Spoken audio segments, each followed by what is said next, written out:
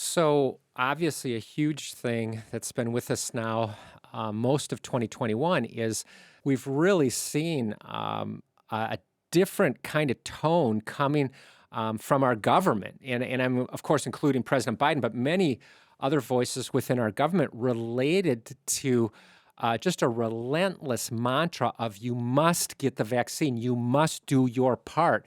Now, there's a couple things I want to highlight here.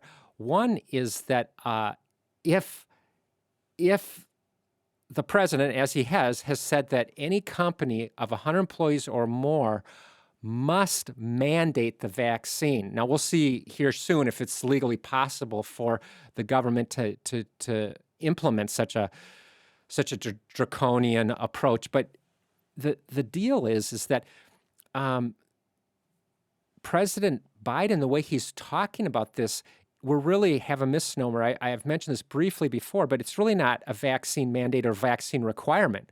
What it is it's vaccine coercion because you will lose your job unless you get vaccinated.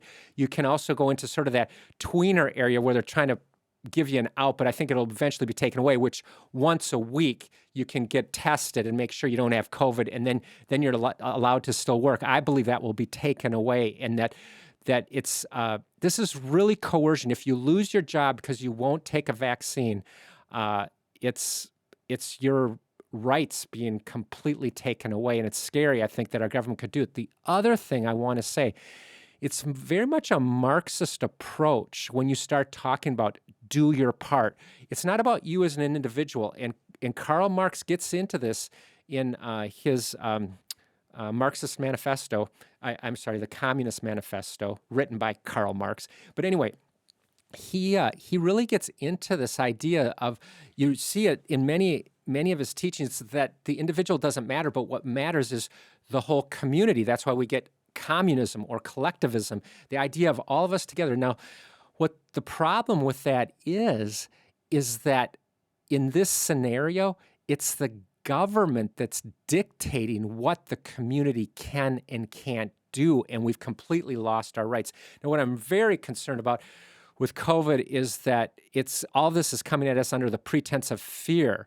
And there's really, for most people, it's still a 99.7 recovery rate. And it's been that way from the beginning. We're getting kind of into this coercive situation through fear, which for most people, this should not be a situation of fear. But secondly, along with that is something that Benjamin Franklin said, and I believe it is as true as the day is long, that anyone who gives up a little bit of their freedom for some security deserves neither and will lose both. Now let that sink in for just a moment. Anyone who gives up a little bit of their freedom to have a more secure life, they deserve neither and they will lose both.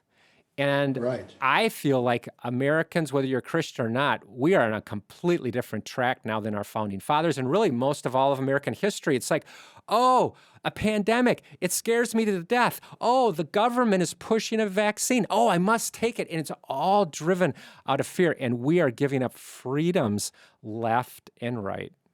Yeah, I think in a sense, we Americans can be soft because we expect perfect lives with manicured lawns. And so if this little dangerous disease is coming, we'll do anything to stop it, even giving up our freedoms.